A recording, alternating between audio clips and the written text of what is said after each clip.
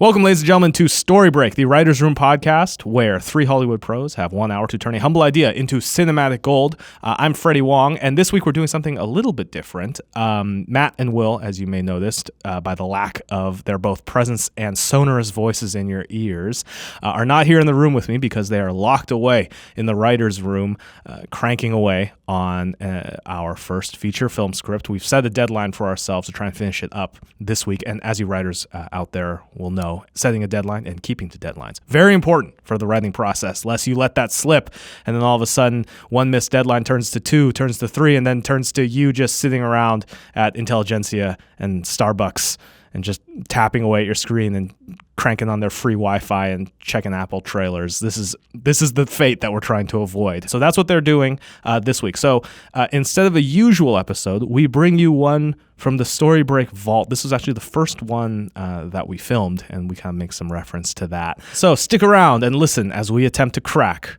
Crazy Taxi.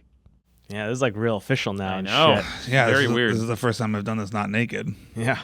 Hey, folks, welcome to Story Break, a writer's room podcast where a minor YouTube celebrity and his two best buds attempt to take pop culture's best and worst. No. Pop culture's dankest and stankiest properties. Okay, all right. We literally just came up with this I see. intro, and you couldn't even do it for one. I'm just Freddie. funning with you, Freddie. Let's dive in. Let's do it. I'm Freddie. I'm the one that sits in the middle. I'm Will. I'm the one that sits over here. I'm Matt Arnold. Can we break a story, Freddie? What are we doing? Let's do Today, this. I have an answer to that question, Matt. yeah? Can we break a story this week? Why? Wait, if I hold- had to say, Oh, no, because it's as an a- ad. Oh, hold. Ah! That's what you get. Every Hold on, I time. have a good lead up for this one. I have a good lead up for this one. I have a good lead up for this one. But then you gotta let me All right, hit it. You get gotta let ready. me hit it because this is gonna be so Yeah, good. get I'm ready, so get ready. excited. It's a Sega property. Okay. It's a beloved Sega property. Are there All any about others? speed. All about going fast. Cruising. That's right, everybody. We're talking about A Crazy Taxi. Now, to answer Matt's question, can we break an awesome Crazy Taxi movie this episode? Well, I would have to say, That's a good answer. Crazy Taxi. All right, Crazy right. Taxi. So I played a lot of Crazy Taxi, and did it's you actually play one of this- the few games that my dad played. I remember coming home and he was like trying to beat, because they had those like challenges where you just like go on, those like kind of like simulated Yeah. like blank levels, like, and you just like have to do some challenge like Oh, yeah, bounce yeah, over like stuff. My dad was doing those and he liked that game also. So you answered my question, which was I was going to ask: did you primarily play this on the Dreamcast, or did Yeah, you play all this Dreamcast. on arcades? Oh, they had it on the Cube, dude. They Well, but had it it was- on the Cube and the PS2. But yeah, no, I played it on the Dreamcast. I was certainly. 100%. My experience with Crazy Taxi was in Seattle. There was this place called the Funplex, which was where if you wanted to have a good birthday party, you went to the Funplex, where the mini golf and the laser tag. Quick question: is the angle of this movie Freddy's past history just with Crazy talking a Taxi, little bit or do we about only have my- 1 hour to crack this thing? Let's get straight to it. So Oh no! I want to hear. I have a very heartwarming story about. Yeah, because you start by Ray looks you, so sad. you gotta orient yourself. Well, you with gotta your talk affinity because for the because you got project. Yeah, that's and we have to be true to the damn game, right? There's too many times when I hear like, oh, Matt's in full Crazy Taxi know, mode, I which know. is Yeah, all right. about frantically Exactly. sprinting to your destination. well, because again, for the people who don't know, this is a game, it's a driving game that Sega put out. It's you had to ferry fares around, and the arcade version. The reason why I bring it up because I think most people have encountered it with the arcade version because nobody actually owned the Dreamcast. The reason why I bring up the arcade version is because inherent in this game is you're always running out of time and it's just sucking down quarters, right? Like there's really no way to keep it. I mean, I guess if you're crazy good at it, but like that's like You're the crazy good. but that's like the gameplay experience is that you're always on the edge of just running out of time. So it feels like, in the realm of speed, in the realm of crank as the kind of direction. yeah, I mean, it is very that's much truthful to the the game. way it worked and how I don't quite know how you'd replicate that, but the way it worked is that you had X amount of time,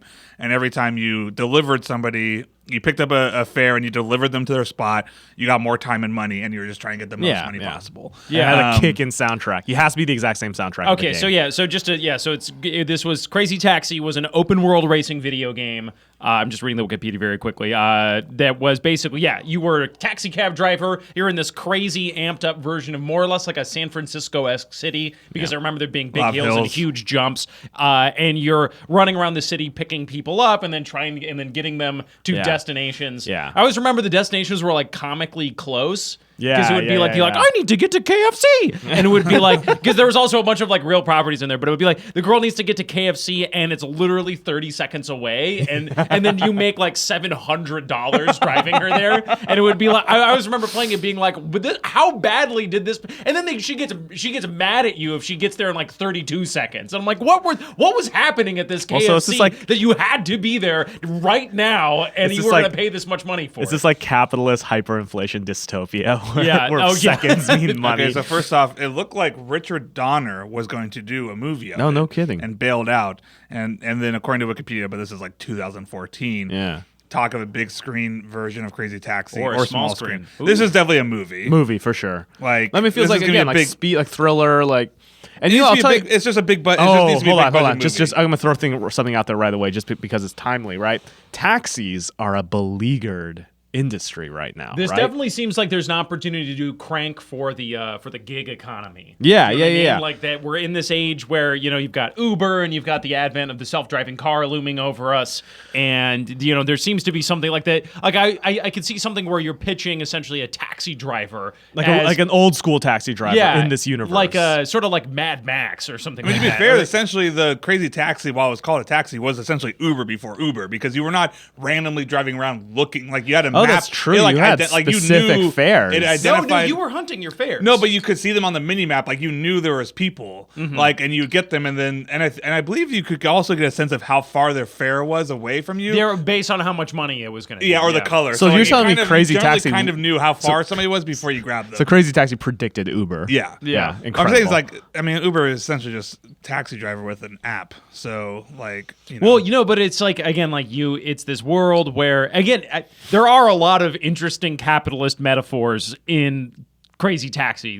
And again, I think, it does serve, I think, as a metaphor for the gig economy, right? Yeah. Where you are in this never-ending chase, and you're always about to run out. You're always about to run out of money. There's something desperate and frantic about that gameplay. Yeah. And you are, and one of my favorite parts of the game is that your fares are constantly insulting you and complaining. It's like, hurry up, Yeah, you're that's taking true. too long. That's And true. it's like, Nobody likes what you're doing for you them. were. I seem to remember you were rewarded for how dangerous you were, but then because like if you like went really close to another car, you'd get like a crazy through, and then they tip you for that. But then like if you hit something, it would dock money away. It's like a bunch of adrenaline junkies. It was like it's very interesting. Okay. And I don't know. I just think about like like the grind of being an Uber driver or being a taxi driver. And I don't know. I was also like it reminds me a little bit of.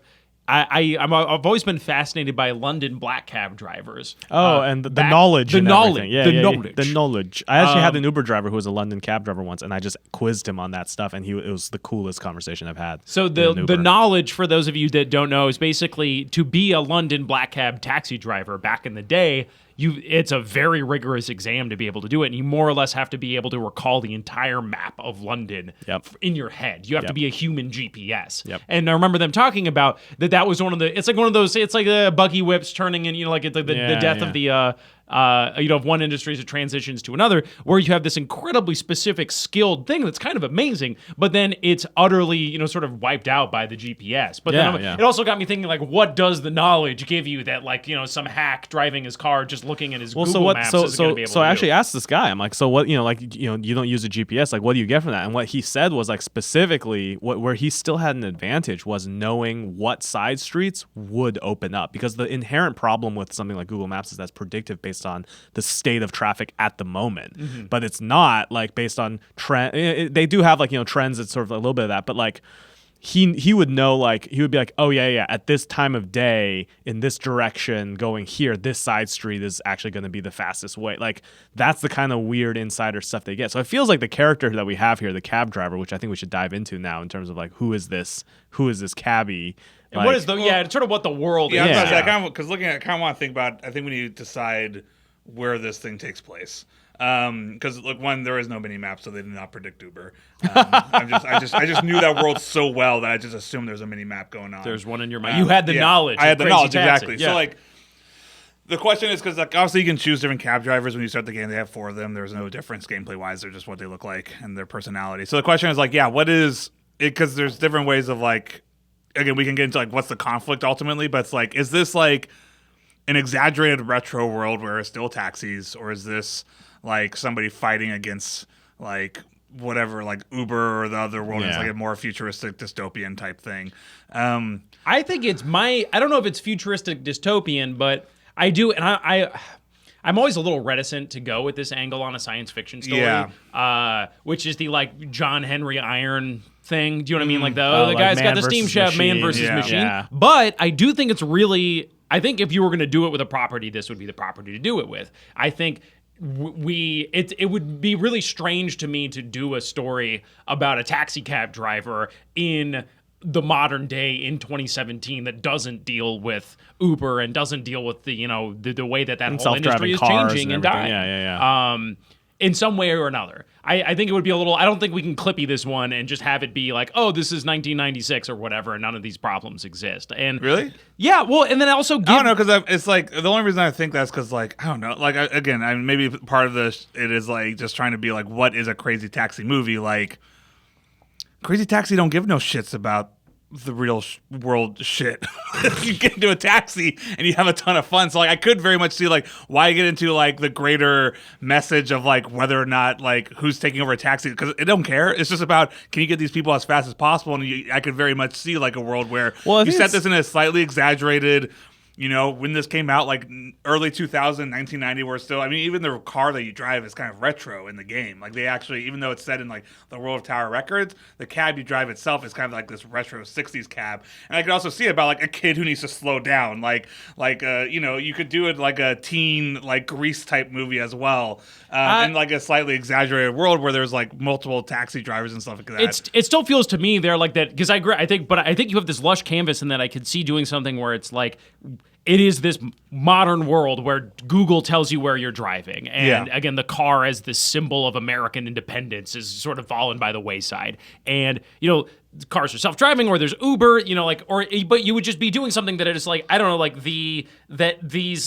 if you really want to get somewhere fast, right? You still have to, I don't know if it's like, are these outlaw taxi drivers that are, because I don't know. Because part of me thinks that it's more of a backdrop versus like a central theme sort of thing. Because I don't know if it would be a central theme, but it's the same way I'm picturing essentially the taxi version of like the last American cowboy. Or I think about Premium Rush as an example of like, you watch that movie and you're like, oh, bike messengers are the most important people in New York. It's like, well, no, it's just setting it in this sort of exaggerated bike messenger universe where it's like, they all know each other and they hand off packages to each other, and there's this network of that's a pretty good, I mean, that movie had some stuff I really liked in it. That's a pretty good example, like at least to a degree of it. Because like, I don't know, I'm trying to get into the world.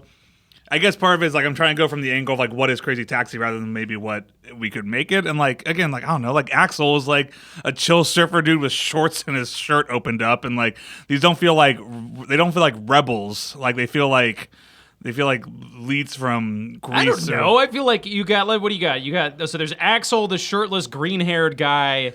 With abs the size of fists spaced BD every Joe, 6 inches. And then, actually, both Axel and the older fella, Gus, have this shirtless Hawaiian, like this open Hawaiian shirt thing going on, which is really interesting. And it's in this like wonderful like Southern California-esque like environment, sort of freeway paradise. I mean, my concern is like, it's just like my thought is always, if you're going to do something that is, if you're going to make it part of the world, like the world has to fit, and like I just don't like my only concern is going to like Mirror's, which I know what we're not saying, but it's like I just don't want to go into like Mirror's Edge, and it's like, okay, great, like so like taxi drivers are rare, but it's also like really what's different compared to them and Ubers. Like Ubers are still just taxi drivers, so it's like, are we saying this like Minority Report and this is like the fastest way to get around, or is this just freaking? There's also something about these people just all waiting, like desperately needing these like cool. It feels like these are just kings of the city. Like when I played this game, I feel like I was the king of the city. It's like, all cars get out of my way. Like everybody's looking for me. There was no cop, right? You couldn't get pulled over. No, you couldn't get pulled over. Yeah. I feel like you're going to have cops. Yeah, I mean, there's going to have to be some sort of... Again, it's going to be like Reckless. It's going to be like...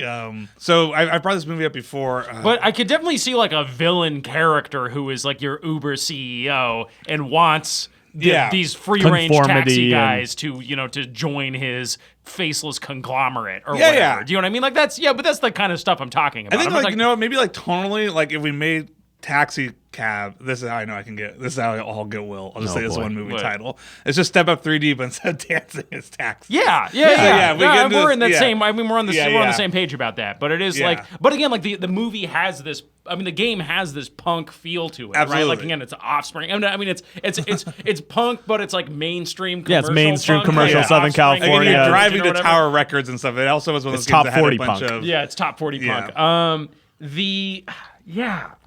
I'm just trying to think of what you do. And again, like I would also like this doesn't seem like just a like we're following one guy. Like I feel like It's a crew. It's like a company of crew. guys. Like it's like taxis meet Fast and the Furious. Like I don't know. Like I'm trying to think. Well, there's This is a 4 tricky characters you can pick from, right? And they're all one. You driving got for the same Gina, cab company. Beatty Joe. I don't know what is the lore. Is there lore? I think it's just all right. Let's see. Let's dive into this. I'm very curious. I was looking for a lore. I didn't really see. Is it gameplay. maybe an ex, like a guy who wants to be a race car driver that gets caught up in taxi driving? Is it? Oh, That's that kind of could be interesting. interesting. Yeah. I just all right. This is where I'm at. Is I'm like I gotta figure out who the characters of Crazy Taxi are, and I just Googled characters with nothing else. So anyway, okay, who would be fun people to follow as taxi drivers, right? Okay, so you've got like Well, the 4 main race characters. car driver. I mean, yeah, but these people don't have any backstory. Yeah. right? So I just want to be inspired by their fantastic looks. I feel like someone could be an ex-stuntman, like Ex-stuntman's ex always stunt good. driver. Ex-stuntman's good. Getaway driver. The getaway driver. Former mob boss getaway driver. Axel should be this guy who got caught in life of crime. Which one's that? Oh yeah, Axel. Yeah, that's the older guy, right? No, Gus is the older guy. Gus is a former getaway driver for the Okay, Gus mob. is a former getaway driver. He's for an a mob. ex-con who got put away for being a getaway driver, and then he came out and he's like, "Hey, it's tough for ex-cons to get a job, so I'm going to put together this taxi cab." Like Gus could be the owner of this taxi cab company. And I know you didn't mean that, but just because you said the words came out, I'm just gonna also declare that Gus is gay. He's just Okay, he's this gay ex-con getaway driver. All Yes. right. So Gus is an ex-con. I think someone. Okay, let's see. You've got Gina, Beatty Joe. Oh man, Beatty Joe. Beady or No, B just dot BD. D dot like BD Wong. Yeah, like Yes. BD Wong. Yeah. BD Wong is BD Joe. No, we're not doing that. I think BD Joe should be just like the true taxi. Like family like of taxi he drivers. always want like this is it's like this is his thing. Like he's just like he looks like he's freaking made for it. He's got his hat. He's just ready to go. He's the coolest of the taxi guy. He probably has the highest customer service rating. Everybody's like BD Joe's the coolest. He's I don't know. He just seems cool. I want to be friends with him. And I just feel like you need somebody who is like, is he like the one who's like put these people together? I think Gus has. I feel like Gus was like brought in. Interesting. Why do you feel that? I don't know. It's just easy for like the older guy is like, okay, who else? So, okay, if we're saying this is basically Step Up 3D, but a car movie, Yeah. right? Yeah. Then it feels like the taxi cab company is like their dance center, right? Yeah. Yes. So you could do like a saving the community center plot. Oh, okay. What it would be if that was the case? Is like whatever city this is, whatever fictional Southern Southern California paradise. city that this is. Mm-hmm. It's like infamous for they have the best taxi cab drivers. It's kind of like how San Francisco loves their freaking trolleys or whatever. It's like, yeah. It's like this beachside town's got this taxi cab company that's been the family of Beanie Joe's for years and gets people faster and people love it. It's this like chill company, and this company is coming in and wants to like change this whatever. It's the perfect beachside resort, and it can't have these wild, dangerous taxi drivers going all over the city when it's gonna get like high class like new customers coming into Maybe the it started hot like resort. maybe it started as like a motor city where it's like racing was a thing, and like it's like in some state where they're like, you know how like you have to have speed limits in order to get federal money. It's like, we don't need your federal money. We don't have speed limits in this state. Like it has like a whole like history of like being this racing town, and then over time everyone's like, oh, it's become a nice sort of seaside beach resort. It'd be like a preppy guys building like a golf course there, right? Yeah. And they just are finishing, and he's like teeing off with the investors, and like one of those taxis comes like literally like, Yeah, and like spinning on the green. You know, That could be an intro for one of the characters. He's like this. Like Axel is this extreme caddy at this golf course, right? And he's like a golf the cart. guy's like, I'm late for my golf appointment. He's like, hop in, and he's like driving the golf cart and like doing pirouettes, and like the clubs are going everywhere, and he gets fired.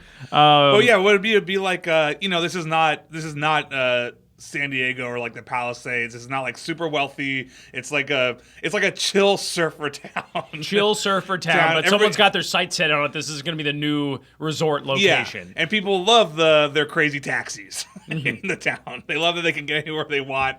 And it's like I'm going to throw. Okay, I don't know if you do this or not, but this is another thing I could throw at you. Is could you set it in like more? Maybe a fictional version of Cuba. Mm-hmm. Where do you know what I mean? Like it's some small country, like some small island city, and then like they've had this trade embargo with the United States, and it's come the walls are coming down, and so like all of these investors want to come in and turn this into this hot resort town, but like all of the local culture is going to be destroyed in the process. Yeah, I like the elevation. Because I always think of those even when you're talking about the old cars, right? Yeah. Like it's like in Cuba, like they were driving Does like look, and it does cars look like Yeah. it, honestly. I don't know.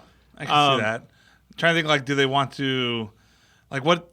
Yeah, are they gonna put in like public transportation or something? Like something that would probably be good for the city, but they're like, no, man, It's like we're gonna put in a subway. They're like, no way. We're gonna add buses. No. Well, see, what's kind of fun about that is that it takes the sort of community center plot and just elevates it to like, I think even Step Up, 5 attempted to do that in Miami, where it was like the barrio's getting, taken out by these crazy condo developers. I don't know, maybe not. I know, it just feels like it's it always feels a little self-congratulatory and sort of like yeah, it just feels like it's easy. Like ooh, it's the Step Up 3D corporations, and they're all corporation. Indie spirit wins in the end. And, let's just try to think.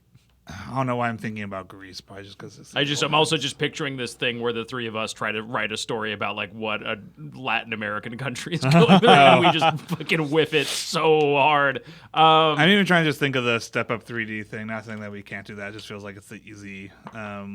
I don't. Well, even if you do that, it's like, okay, what's the like Step Up 3D is the. What's even like the? It's the. He's got to get his kicks. Well, for Moose, he's got to get his kicks, but for like the other main guy, it's like he's bring a family and document. Yeah. What if you do? All right, I'm just trying to drill this down to it, but like, let's say it's like Crank with it. I feel like we're still kind of finding the angle. Yeah. Like, do you do? Because I'm also like, again, like my initial question. I think the thing we haven't answered yet that we've just been sort of taking at face value is why are these taxi drivers so crazy? Yeah. Why do they drive so crazy? Why are they flooring it and going all over the place? Why are they like? There is something manic about that suggests a desperation. Like in Crank, like. Crank doesn't work unless he's got this adrenaline poison that's going to kill him, right? Like, that's why he's running around blowing stuff up. Otherwise, he'd just be a lunatic. Okay, I don't know. Like, you do something like it's this close-knit family of taxi cab drivers, and then the boss gets in a wreck, and the insurance isn't going to cover it, and he's going to die unless they can raise the money for the kidney transplant or whatever. And then so they've got to taxi crazier than they've ever taxied. But let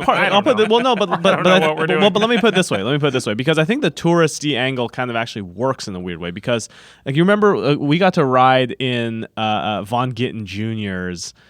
You got to ride. We got to ride. Matt, I got to. Yeah, in Von Gittin Jr.'s drift car when we were shooting so VGHS cool, season. It was like the coolest thing ever. And then I remember very distinctly being like, this feels like a theme park ride. So maybe there's a world where it's like, this is a world where like there's so much money being brought in by tourists being like, hey, do you want what it would be like to be in a car chase? Well, this town lets you do it. And like people come in. That's why they're paying exorbitant sums of money to get to KFC in 30 seconds. Well, okay, what if you do it like Collateral, where you would do, because there is this question of like, who again, I don't just like who are the drivers who are insane, but clearly the people that are taking these taxis are insane. Like, have to be. Or you're adrenaline junkies. Yeah, right? They're tipping you to go closer to traffic. They do. They actually get angry at you, when you're not going fast and stuff. Yeah, they get more excited and give you more money when you're going crazy. But it would be like this, like almost like a Collateral type situation where like this billionaire businessman like has like 12 things he needs to do in the next 3 hours in this city, and he finds this crazy taxi. What is the?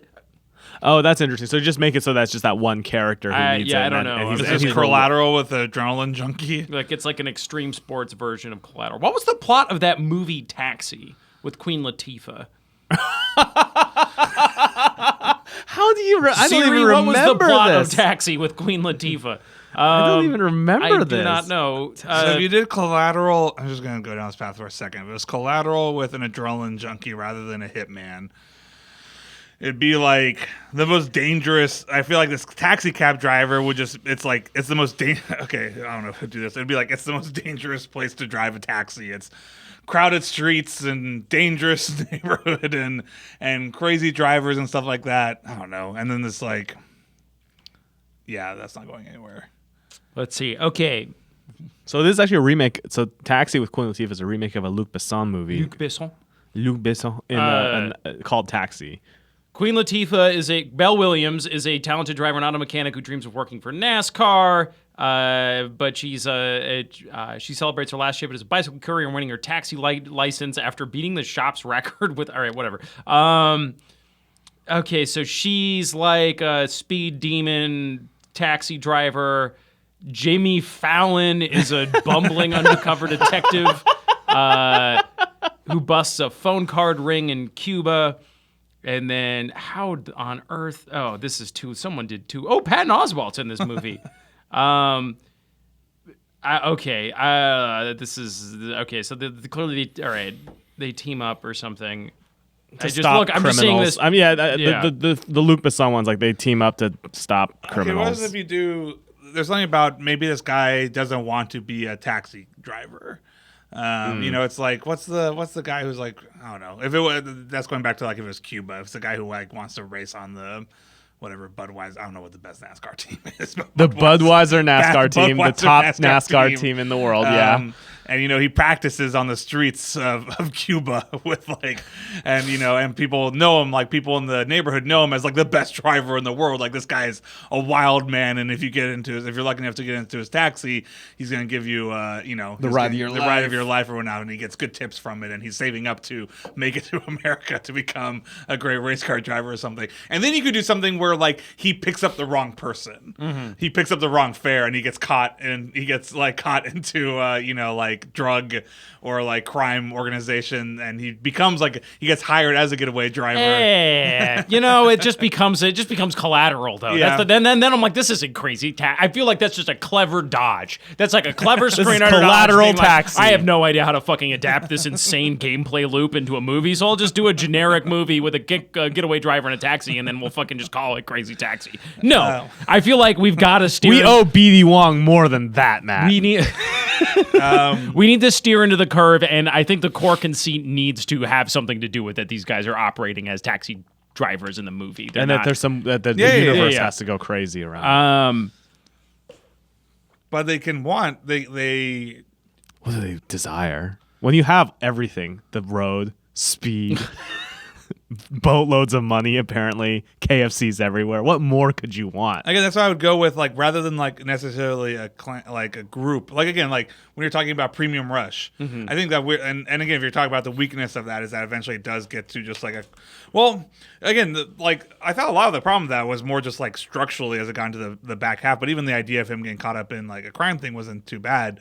But when you think about that, like it was just like a chase movie. Yeah. It was an adrenaline movie. Like he liked, like, why did they do this? Like they had this like kind of fast. It was like a surfing movie or like Point Break almost. It was like these guys were like cool bikers who just liked the thrill of it, and it was a dangerous job, and they got money, but they could clearly make money in other ways. And like that's why I think there's this world where it's like I don't know if this is like necessarily like because it's also a solo gig. They're not dancing together. These guys all get in their own cars, and they probably come back from their day's work and be like, oh yeah, I made $4,000. How about you? It's like damn, 3,200. It's like and they like it's like fighter pilots, like that sort of camaraderie, but it's different than a dance team. So I feel like you need like a core. Maybe let's think about who's our main character. Maybe this is a different angle to it. Yeah. Oh god, this one's deceptively difficult, isn't it? Who is our main character? It's gotta be old BD Wong, bro. BD Joe. Oh, played by BD Wong. Sorry, BD Joe. I'm just trying to think of what the. I still feel like movie is. I know this isn't character stuff, but I'm still pulled again because in the game, like all the other cars would like swerve out of your way and stuff like that. I'm still kind of inexorably pulled to like some sort of world where we're in self-driving car land, and these guys are the last of the drive men. And women who drive cars good. Isn't that literally just counter to what you just said, which is we gotta lean into the conceit and gameplay loop? Like, yeah, but this is the game. That's what I'm talking about. It's like you can Google can get you there in 15 minutes, but I can get you there in 2 because I give no shits and will break every single traffic law to get this fare. You know, where it's like true. this is like the kind of competition that these people are driven to. But I don't know. But I just feel like that diminishes that competition if the rest of the car, like again, the danger and the fun is that you're swerving through real traffic with real people. Fair enough. Yes, that's true. And this is that's a hard one. again, I feel like this is kind of like a jock movie in terms of like, again, I think there's this like competition between. I like that, a competitive aspect, that it is these people in the city that are, sort of friendly, sort of not friendly, competition with each other to be the best taxi. It's like, let's say if we were to say this is like 4 drivers competing to be the best taxi driver in San Francisco. Do you know what I mean? Yeah. Like that So there's Okay, maybe like a gentleman's agreement type thing. like who can make the most at the end of a Yeah, a like week there's or something about like rope or something like these guys. I don't know, but yeah, there's some sort of tontine. Like some sort of or like you would almost like it's one of those movies where like the MacGuffin is something that they all want. Like again, some eccentric billionaire is like, I will give $100 gajillion to whoever can make the most taxi money, and then they're all like, yeah, let's go. Yeah. Need for Speed has a kind of similar thing with like the race and the radio announcer, and if you saw that, I did not. Wonderful Wonderful movie. So the idea was like there's like a race that happens, and Aaron Paul's trying to get to this race. This is legendary thing where all these guys get together, and it's so it's like that's like kind of the goal for them is like to get to this race and win it, right? And he has his like his family's auto business like tied up in it or what have you. Like he needs the money or something like that. That might be interesting, right? So a cast of like 4 crazy taxi drivers who all need the money for something, and the way they ply their trade is by I'm trying to remember. It feels like, oh gosh, what was it? It was like they got points for like oh, there's a police chase going, and like and Kevin Costner, who was the announcer. I have no You didn't watch Need for Speed, Need for Speed. but the point was there was a competitive aspect that kind of. I've never like those movies. I've never liked the like billionaires tell people to do something. It feels like it just feels like a weird like you get rid of the agency of like the main characters because it all makes it about like just this prize or whatever. Yeah, or just like again, it's like I think I'm trying to get to. Again, because it can be exaggerated. Like, this is not the real world. Like, I almost think of this as if this was a cartoon or like an anime, right? It's like, I don't need to know why racing is the most important thing in Speed Racer. Like, it just freaking is. Like, it's a world where it is. And I feel like you could get into, some sort of agreement. Because again, then the fun of it would be the escalation of it starts as just fun, crazy taxi, as these guys are all just competing to be, like, again, you need to come up with what is like the fun initial, like, over drinks, like shooting back, shots, and somebody goes too far, and they're like, I will get more money than any of you at the end of this like month of whatever fares. And it gets, you start with them just going crazy, and the rules, they start pushing each other. I would even they don't necessarily start by jumping over like golf courses and shit. Like they're all just kind of like crazy, but it starts getting, by the end, you would do that. They're all like close, and by the end, they're literally like smashing through buildings. Yeah. And with their desperation to outcompete each other, they all want to be employee of the month at their taxi company. I also like the idea. For some reason, I just assumed that these were all like free, like. Oh, free agent, like gypsy cabs? Like it's their own cars almost. Yeah, no, I like that too. I like that more than they all work together. It's a world it's like a Ronin, you know what I mean? Or They like they say they kiss their kid like good morning, and they open up their garage door, and it's just their taxi, and they pull it out, and they just start their rock and music. They start picking up fares. We should just do straight up like you just like mirror like. It was after one of the big, Japanese history better than I do, but it was like after the shogunate fell apart and all of these masterless samurai were wandering around, right? But you just imagining just doing like I feel like every samurai movie would open and like after the fall of the Tokugawa shogunate, blah blah blah. Like, but just doing like that with that kind of pomposity, and she was like, after the fall of Taxi Corps, like there was a glorious war between two dueling taxi companies, and then it was the end of the day of the. That's more what I'm trying to get at than just like the like I don't know. Never mind. Yeah, no. What if there's things. an element of like, okay, so if they are kind of like Ronins or let me get close to the mic. If they're kind of like Ronins or cowboys or whatever, I don't know if this is going, but just bear with me. I'm almost like if they're drug dealers, they own territories. It'd be like you have your whatever, more than just these 4 characters. You have these group of people. They do their crazy rides at the end of the day when they haven't died. Territorialness is not an unheard of thing, and if you're if a gypsy so cab they driver. have drinks afterwards before they go home, and there's the drunk old man who's been doing this for years and years. There's the cool hip awesome guy who just loves this as a job, but he doesn't make as much money as like the professional whatever, like the most intense and wild of them all. But you do that, somebody's going to get there. It would start with like whatever the main character is, like let's just say Axel is like sliding in to like pick up his fare, and this like freaking dope car slides in front of him, and some taxi driver he's never seen before picks it up and drives off. He's like, who the hell was that? Then he goes into the taxi cab bar that they all drink in or something at the end of the night. Checkers. And he's like, have you heard of this? Like, yeah, it's like a checkered cab. He's like, do you guys see that checkered cab? Who is that guy? And he was in my territory or whatnot. He's like, dude, he was in my territory too. And he like busts in. He's like, yo, there's a new freaking taxi cab driver in town, and it's just like hot shot from some big city or something. I don't know, but you do like. Now I'm just picturing Porco Rosso, but with taxi. Yeah, it's like I'm just trying to think like. But it's like defending your turf, and they got we got banned up or something. Well, and yeah, you would do and you do the main character like. Okay, this is just some world where taxi cab drivers are solo drivers. They make as much money as they can. They act crazy and whatnot, and they have different territories. And yeah, it starts with like this guy's got this cheesy version, be like the guy's a single dad's got his kid he's paying through for school and whatnot, and every day he takes this dangerous job to make as much money as possible. And now this new kid, and like there's kind of this balance in the force, right? There's like 8 taxi cab drivers in a small city. They more or less have their territories, and they like each other, and they hang out, and there's like little competition here and there. They might stumble in each other's territory occasionally, like, hey man, sorry, you're too slow, you're going up to the north, like I did my thing.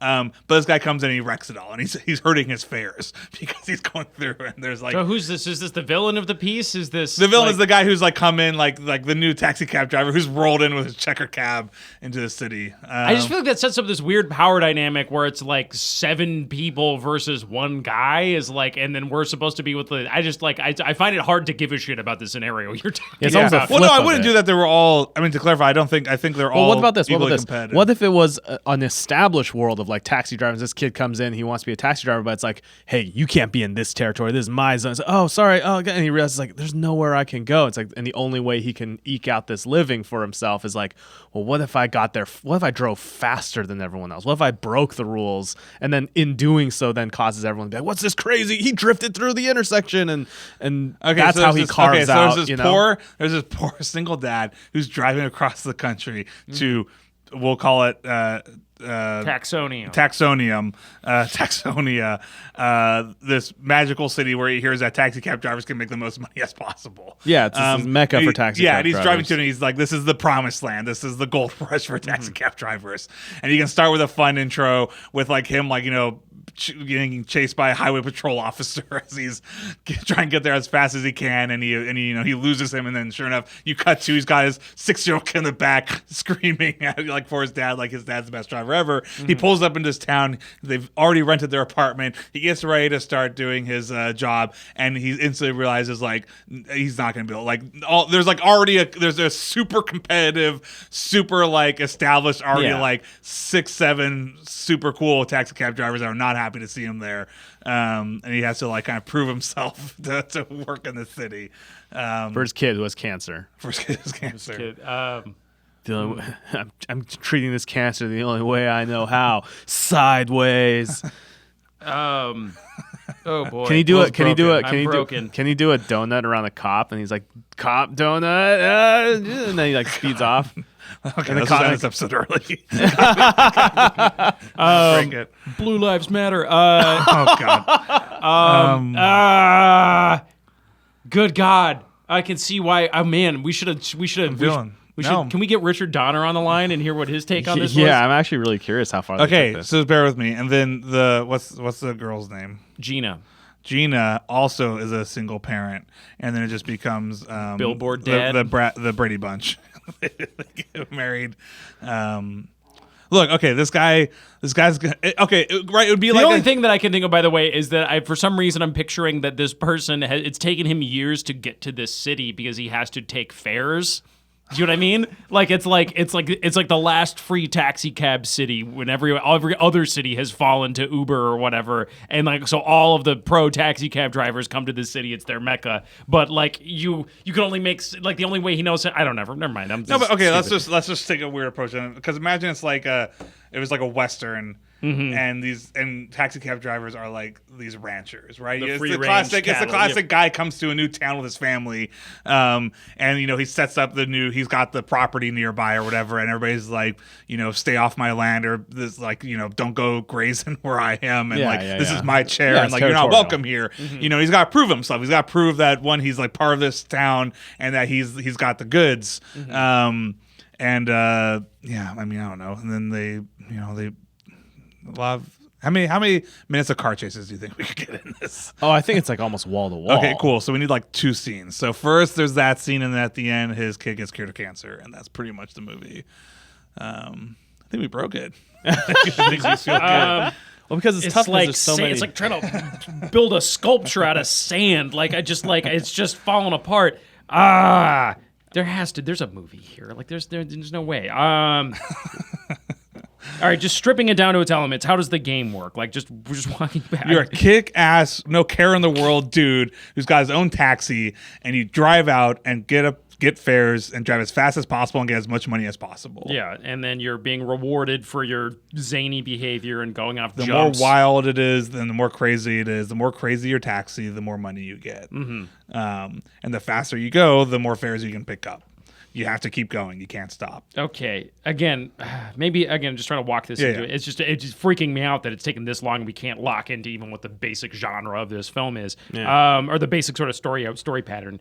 Is there a world where this is like, again, almost like a premium rush? Like this is one crazy day in this person's life. Do you know what I mean? Like this is this isn't, like this sprawling story, but this is like you really drill down into like, our movie it's like it is a movie of one session of Crazy Taxi. Well, it's I like that. It's like real kind of going to crank. Almost it's like real time. Yeah, almost like we're just gonna bolt it down and this is the craziest hour of this person. Right. Well, the world record, which is $115,000 with 229 customers, looks like it's about an hour and a half long.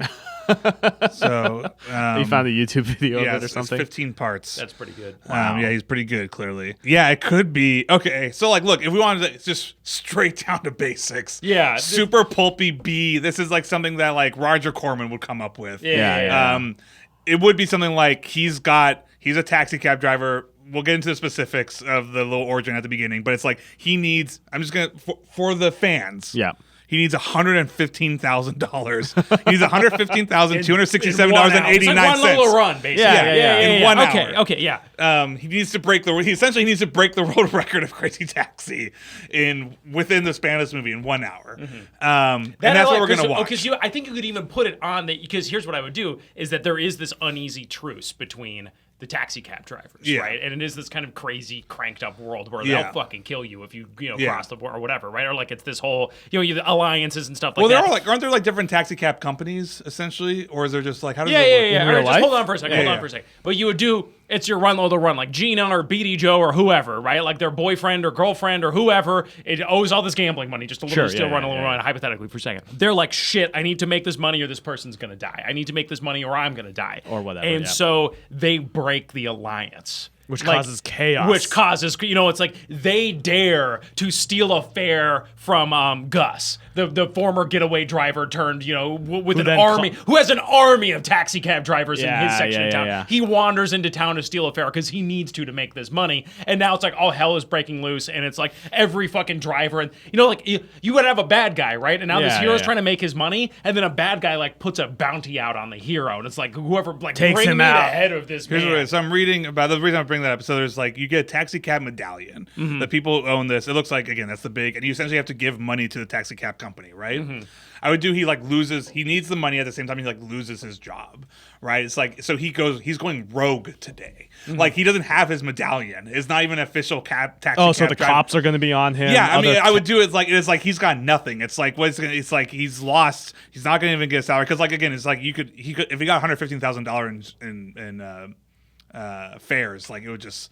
He doesn't keep all that. It goes to the taxi cab company. I like the idea of the other taxi cab drivers going after him. Yeah. Because there's like nothing they hate more than a non. Again, that's why Uber had a difficult time getting into all these different cities. Is the taxi cab union and whatever the lobbyists are incredibly powerful. So he's going to break the code. Yeah, it's like he's literally it's like he doesn't even he's not even an official taxi anymore. Yeah, his unwitting this unwitting truce is just shattered by his actions. But it's like he's also betraying his own. It's like against a samurai cutting off his own top knot to get revenge. Do you know what I mean? Like his lord has forbidden him from seeking vengeance, so he slices off the top knot. He's like, I make my own way. They need an access to taxi cab medallion. Oh, this should totally be like a. He slices off the light on the top. Because look, taxi companies that rent out access to medallions have become immense economic power over the drivers. That's the only way you can get certain government permits and things like that in order to even work there or to park at certain places, et cetera, et cetera. They sell medallions for hundreds of thousands of dollars on secondary markets depending on the city, et cetera, et cetera. So it'd be like, it's like he's lost it. He's in this down. Whatever he needs the money for, we should come up with. But it's like he's as low as possible. Yeah. He's still got his car. He still has the fare reader. You could even do it. He's supposed to be returning his vehicle today,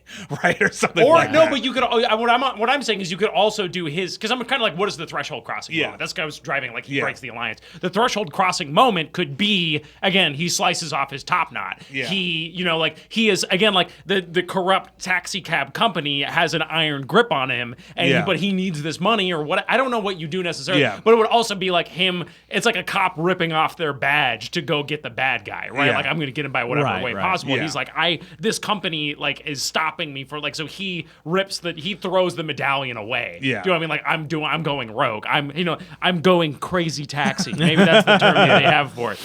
He's going CT. What does that mean? And then there's like other CT drivers in the city who are your other characters that are like these other people that are like these independent operators. Or he whatever. goes so, but the idea is that he goes so hard, it causes a break in like this alliance. The cops are after him. Other taxi drivers are trying to take him out. Meanwhile, he's trying to just do his thing and avoid them and pull fares as best as possible. It feels like a good like midpoint, low point, is or whatever is that his car gets wrecked and has to he has to figure out something to right, like that feels like a good. Oh, you could do like because I'm also like because there's all the dynamics with the fares that he picks up, right? And you could do like one of the fares is like it's like he picks up John Wick or whatever. Do you know what I mean? And he's like, I'll pay you to protect me as I'm driving people around or whatever. I don't know. Like, let's think about the style. I'm trying to think of. Let's think about the stakes because you can definitely do it. And it becomes very like criminal and like serious and like if the stakes are like his kid needs an operation, it's like it doesn't feel like Crazy Taxi. Like it feels like it's a mob movie with a taxi. What I'm trying to get to is like what's so brilliant about Crank is that the stakes are just like they're not even like they're revenge, but it's like they're so minimal because it's like you're gonna die. The stakes are literally you're gonna die, and he just wants to kill the guy before he dies. You know what so you it's do? just like it has this wild fun it's Axel atmosphere. or BD Joe or whoever, and he's like fucking Offspring's coming to town for one night only, and he's got a line on Offspring tickets, and he can't afford them. And it's fucking bullshit. VIP front he's like, row I gotta tickets. get these tickets, and then so he's like, holy shit, man, I gotta go to this fucking Offspring concert, where the tickets cost so much, but like I've got to do it, and so then I do like it being something silly like that, like fun. A pair of sweet kicks, or like like he's something like that. So that's what's great about because honestly, the thing that I care most about in Step Up 3D is not their freaking stupid home that they're losing. It's whether or not Moose is gonna get sweet kicks. That's true. In the end, you do care more about Moose's shoes. But it would be like because I like that it's also this character study of this guy who's this buck wild adrenaline junkie, right? And the reason he's the best driver is also the reason he'll throw it all away for Offspring tickets, like because he's a wild man. Yeah. Do you know what I mean? So it would be like they're like, why are you doing this? You're the best. You have everything. And he's like, this is who I am. Like this is just I can't help. Like that's the reason I can drive crazier than you is because I'm fucking crazy. And I'll do the shit fun like of that this. would be like in this day you would start seeing kind of like, you know, he realized like, oh shoot, like you could do like he's like recently divorced or something like that. You could, oh shoot, my kid's like his wife's going. It's like, dude, you haven't picked up the kid. It's like he has I don't know. This feels like a younger. This doesn't feel like a yeah, married dude. This feels like like a young like 24-year-old that's like a 2-year-old child kid out of wedlock. yeah, sort of thing. But I was just trying to think like you want to get this sense of this like really impulsive, like crazy guy, and because you need stuff to interrupt just the affairs, right? You need all these various things that he realizes, like, oh shoot, I have to do this, or like, oh crap, I had a date today, and like he's like going there, or like whatever there are, even like, you know, even in the same way that they bring the girlfriend into like Crank or whatever, it's like there needs to be like, or like the other elements in there. Because it is, I do like something ridiculous, life like, or something. I'm trying to think if it's literally Offspring tickets or there's something slightly better, but like I like something that that's stupid. Yeah, I mean, obviously the Offspring thing's well, cute then it seems like it's kind of if you were to get deeper with the story, it's like a selfish person becomes matures and becomes more selfless by the end. You know what I mean? Like it would be like at the end, I wouldn't want him to get the Offspring tickets. That would be a shitty movie. But he donates it to all the families. Oh, you do, and then it's like he does the good thing, and at the end of the movie, he picks up his next fare, and guess who it is? It's the Offspring. Okay. So he picks up. I'm okay with that. Picks up. He's rewarded at the end. All right. So now all right. It's gonna be Offspring tickets now because you got the ending. It's gotta be Again, why don't you get a job or just or the song? We gotta get to the airport. And he looks back and he winks at him. And winks directly to camera. Because if we're late for our flight. Ding. If I was gonna go with like the kid thing, it's like a 22-year-old. Yeah, it's like had a kid out of wedlock. Like has his taxi job. He's not taking his life seriously. Like he's like, you know, he barely pays child support. He's if he has just it, getting by. He's just getting by, is because he's just immature. He's just a doofus. And again, it's like you could do. I don't know what else it is, but if you want to get into this psychology too, it could also be that this happens to coincide with some big thing he's supposed to do today. Like, you know, if it's the Doctor Who, it's like she's gonna get married, but it'd be like something's like the thing that's going to make him be more adult is also happening today, and he can avoid it because he gets this ridiculous idea. It's like, hey, I can get $30,000 in one day and get my Offspring tickets. Like, let's do it. I gotta go take my GEDs. He's also running from something. His GEDs or whatever it is. Okay, that's okay. All right. So this feels like Axel. Looking at the characters, it feels like Axel. Where I'm like, I look at that guy and I'm like, God, what a dipshit. Yeah, he needs a drug. Yeah, and it's just this like, again, almost like John Voight in Midnight Cowboy. You know what I mean? Just like this like young buck who's like, hey man, I'm cool, all right. And it's like, dude, you gotta grow up, right? Yeah. And then like, you know, BD Joe's probably his friend who has his shit together a little bit more. Yeah. Like BD Joe is what Axel aspires to. Yeah. Where BD Joe is like he's a great taxi driver and he's like, you know, but he's like got control over his life. He's master of his own destiny. Yeah.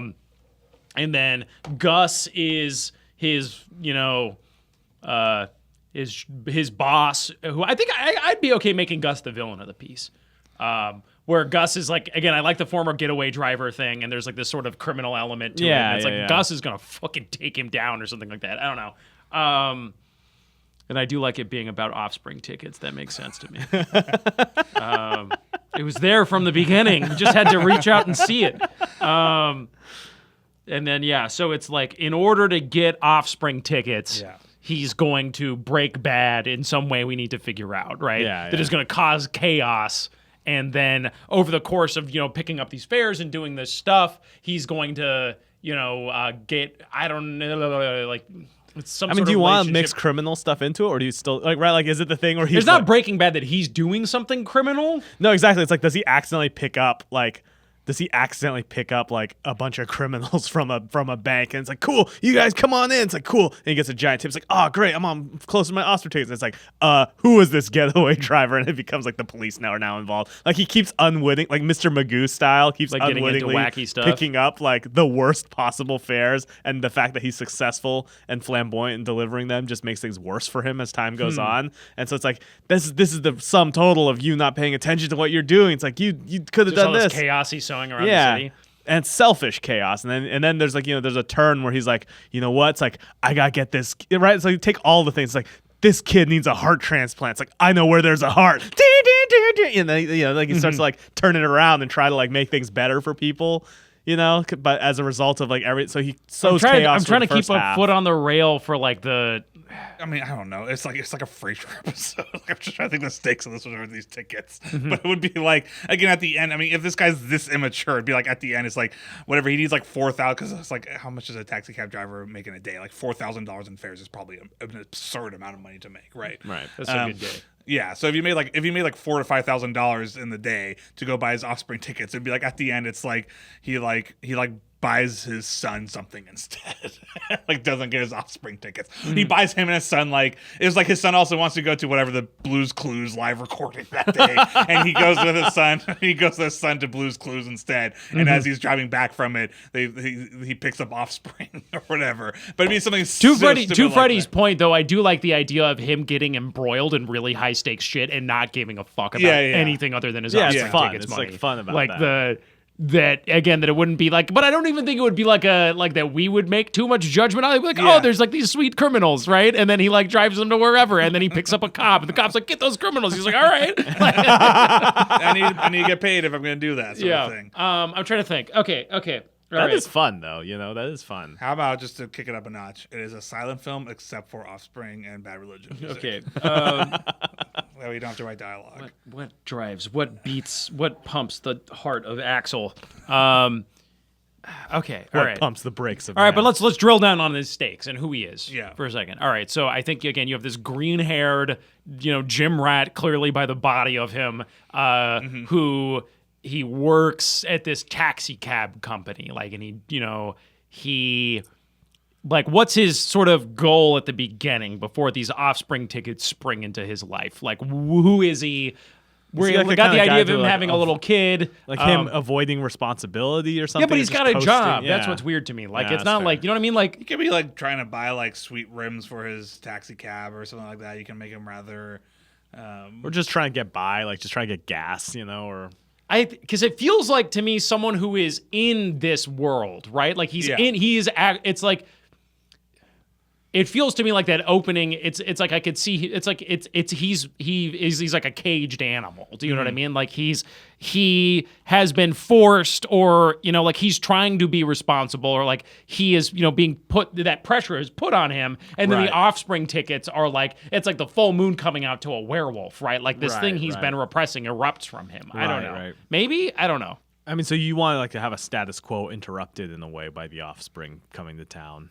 But it could just be like, if you're going to go with those simple stakes, I feel like you're going to have to lean into it. It's like, what is Chelios outside of like somebody's going to kill him? Yeah. Like, I think like this guy is maybe defined by the fact that he wants freaking Offspring tickets. Yeah, I know, but No, I what know, I'm but- saying is like, what changes? Like, what is everything? This is who he is. This is his everyday life, and then this happens, right? Like, I'm trying to get to like, what is that? What is his status quo? Like, how does he feel about being a taxi cab driver? Does he have a boss? Is he like, what is the context that he's going to be rebelling against? Like, what is that transgression he's going to make so that all hell breaks loose as a result? I get what he wants. Or I if get it's who like, he well, is at what the was beginning. What but was this? It was like, like he's like an airport shuttle driver or something, right? Like just to go a little bit zagged a little bit. But like the idea of like he has a very regimented route. It's like $10 an hour. Everyone's awful at tips and he hates it. And he knows that there's guys who do that. And it's like, and he's like, oh my gosh, there's a chance to do this. And so that's why he's breaking. Like, as a driver, as a human being that loves speed,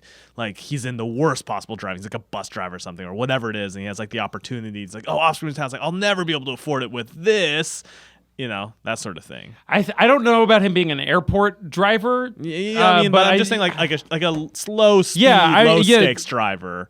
There's something, There's no money there. Because I'm like, if he's already this radical dude who's Tokyo drifting all over the place and doing all this crazy shit, then I'm like, there's no change. Yeah, so it he's is like, repressed. I see what gets to what you're talking you need him to about. cross some sort of Rubicon Yeah. that is gonna lead to everything going crazy, right?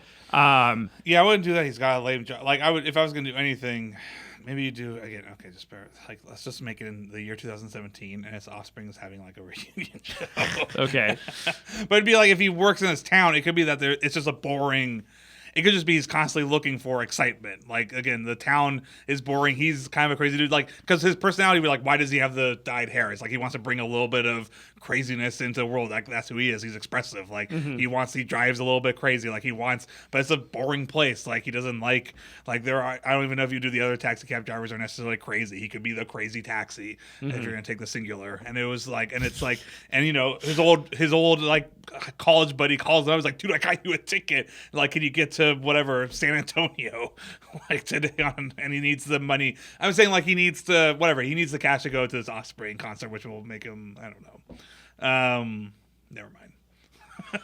The Offspring tickets to me represent fun and joy, and so that has to be lacking in his life for him to be doing this crazy. And again, there's still something I like. I like the idea of he picks up a fare that he shouldn't to make some more money, and then that breaks some fragile alliance, or that that fare turns out to be someone that causes more chaos for him. Do you know what I mean? Or someone who opens his eyes up to the idea of like, hey, if you drive like this is your right, like kind of leads him to that path a little bit. Maybe I feel like he would understand the context, and then I don't know. Like, I'm trying to think. Or like someone comes in, it's like follow that car, and he does, and it does in a flashy way or whatever, and then it's like.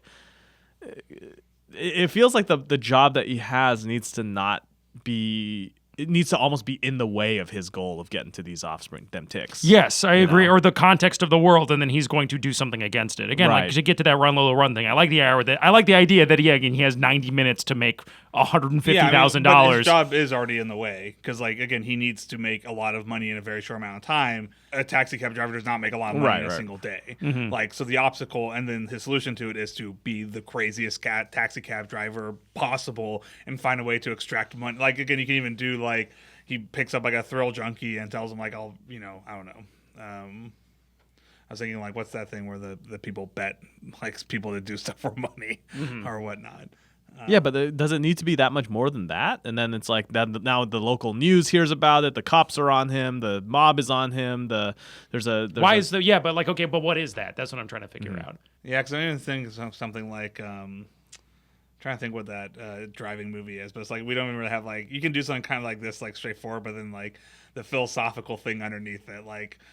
I forget what that 70s driving film is, but it's just like it's Gone in 60 Seconds. No, it's literally a guy just like it's the one that has the radio, the guy on the radio like talking about he's essentially like a representation of like the 60s and freedom. Oh, like, Two-Lane Blacktop? Is that what you're talking about? No, it's a different one. Anyways. But it's like even like Crank is like if you want to philosophy, it's literally just freaking like toxic masculinity like embodied. Like it's just like this is a guy who's going to go all in.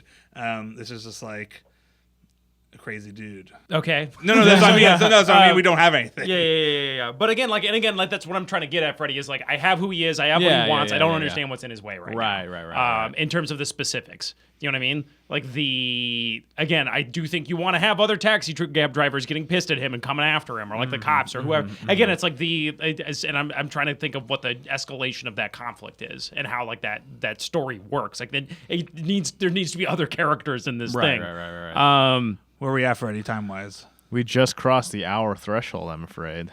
This one might be dead on arrival. God boys. damn it. No. It's there. It's fucking there. We just haven't fucking figured it out yet. Do you want to do a break where we all take an Offspring song and go to separate rooms and listen to it? No, I think I think the closest we have. Well, Freddie, we're here we go. Freddie, what's the closest thing? Was the version or the closest you think?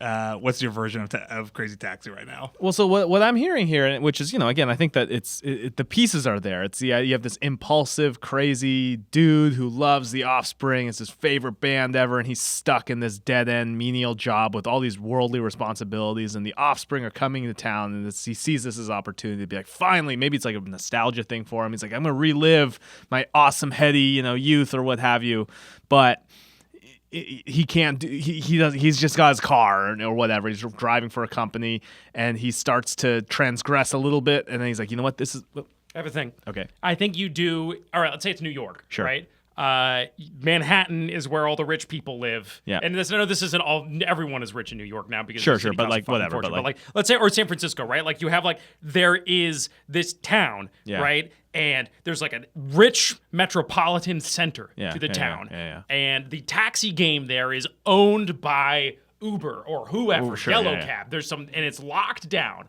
And all of the independent taxi cab operators have been muscled out to the edges of the city. And it's Suburb like bullshit. If you snatch our fare, we have an exclusive agreement with the city. If you tread into our water and snatch our fares, we'll fucking kill you, right? yeah, Like whatever. the cops will be on your ass. Our drivers will fuck You'll your never shit drive up. again. Again, whether it's self-driving cars that'll just Right. obliterate your shit or whatever. Like there's major consequences, right? Right.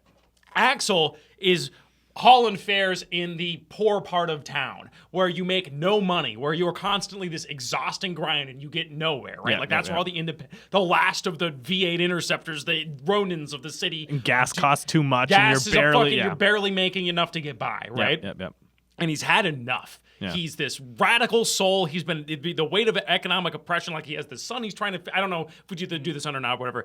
The Offspring's coming to town. Yeah. And Offspring's holding a concert in the metropolis or whatever, or like whatever. Like they're having something. He wants those tickets so bad. He's like, fuck it. I'm going into the city and I'm gonna start getting fares. And I'm gonna do it, right? And it's like, holy shit. And everyone's like, oh my god, Axel's crossing the bridge, right? Like he's crossing the Bay Bridge into San Francisco. Actually, you should make it San Francisco. And then it's like you're skewering what San Francisco has become, which is this playground of the elites, right? Where it's like Silicon Valley fucking douchebags have taken over this city. All the business Rent school. is $4 million a month, right? Yeah, And everyone else it's has the been ridiculous. muscled out, It's the right? ridiculous. There's no. And then maybe you honestly, if you want to split it up, you do.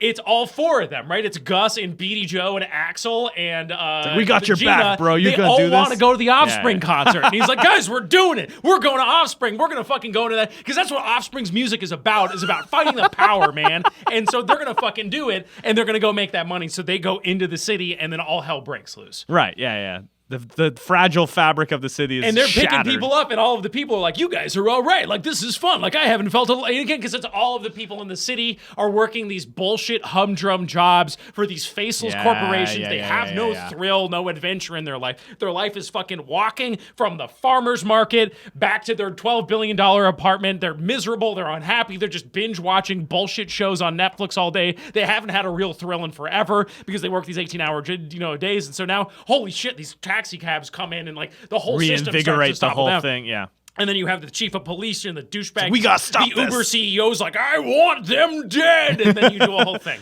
And all the cars get reprogrammed to take them out. And they're like, no, forget it. And their crazy drift moves, they manage to avoid. One of the cars gains sentience by like watching their radical moves and jams, and it's like, my God, like the cars themselves start to go crazy. It's like Agent Smith. Yeah, the you do like storyline there's in the like Matrix. you have there's like a because it's like Johnny Cab in Total Recall. Like people find it really unnerving to be in a car that's being driven by no one, right? So there's like a hologram taxi driver that pops up that's like, hello, like, and then this taxi cab. So it's like he's everywhere because he's in all of the cars, but he's watching them drift around and steal his fares and shit. But you're also seeing this like AI become like self-aware and like he wants to go crazy because he's programmed to learn from other cars and shit. You just have like a scene that. where he's like about to take a left turn signal. And he's like, no. Yeah, and then like he become like his hair turns green and he rips his shirt open and he's got abs now and they're like, no.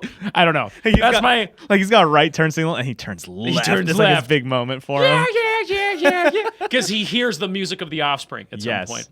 All right, that's my I shot think at that's it. a pretty admirable last minute Hail Mary.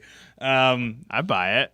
And it's Crazy Taxi presented by The Offspring. It's like it's an hour and a half long music It's video. Offspring and Bad Religion, because Bad Religion's Yeah, also that's right. that's why it's such a big deal. They're like Offspring and Bad Religion at the same concert. It's an hour and a half long music video for them, basically. Yeah. Hey, I'm gonna vote. Okay, well, I'm gonna vote that the story broke us. Fuck that! We broke that shit.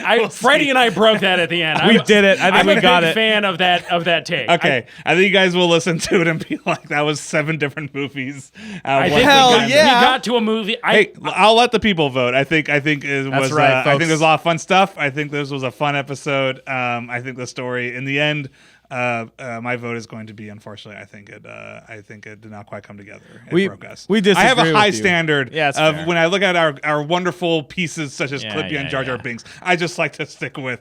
I think it broke This us. is a simple movie. This isn't. It didn't become simple though at the end. That's an extremely simple That's a movie. very simple movie. It's a basic It's about conformity, man. It's about punk rock. I totally get the movie. It came back to I where feel we... like I unfortunately, it took us a long time to get there, so we don't have the time to now deep dive into like what the actual mechanics of it would be. But it's like your kind of standard, like, it's like a punk rock heist car chase movie. I think we got to where it probably needed to get to. I don't think we quite broke it yet. Well, listen, we'll let folks, the fans decide. We want to hear from you, so head on over to rocketjump.com. Next week, a sequel to this great Crazy Taxi movie. Yeah, Crazy Taxi 2. A Fair to Remember. Oh! I can't do any better than that. Thank you, everybody. We'll see you next week. There you have it. A tough one. We will revisit these Sega properties one of these days. We should probably do an episode that's just like the Sega Mega Bash, which is us trying to do Crazy Taxi and trying to do Sonic and trying to get them right. Bring in some experts, bring in a pro gamer or something to spice it up. I want to do a quick shout out to some of the people posting dope posters on Twitter. Dirty Daenerys at Absolute Travis put an awesome poster up for Stephen King's IT, which is what we did last week, which was like it took us a while to actually figure this out. It's an upside down computer room with like blood splatter on the ceiling and stuff. It's a very, very cool poster, and we retweeted that from the Story Break account. So if you are feeling so inspired by what we got going on here from a movie poster perspective, if you whip them up, we'll see them, we'll post them. Send them to @RJ Story Break. That's our Twitter handle. And really quick, we've taken a look at we've been doing these as videos, and we've been sort of like keeping track of them and looking at how much time they take to put together. And this is going to be the last one that we do as a video, because in the end, I think we don't get as much benefit out of the video form as we do from the post-production standpoint and sort of the amount of effort it takes to put it together. So from here on out, we're going to be sticking to audio, as podcasts generally are, and you can find new episodes, for those of you who are fans of the video version and want to keep listening. You can find new episodes at storybreak.rocketjump.com. So until next week, another story. I'm still trying to come up with a good tagline. You guys have anything? Another week, another story. That's a bad one, but I guess we'll see you next week. That's the one we're going with this week. Bye, everybody.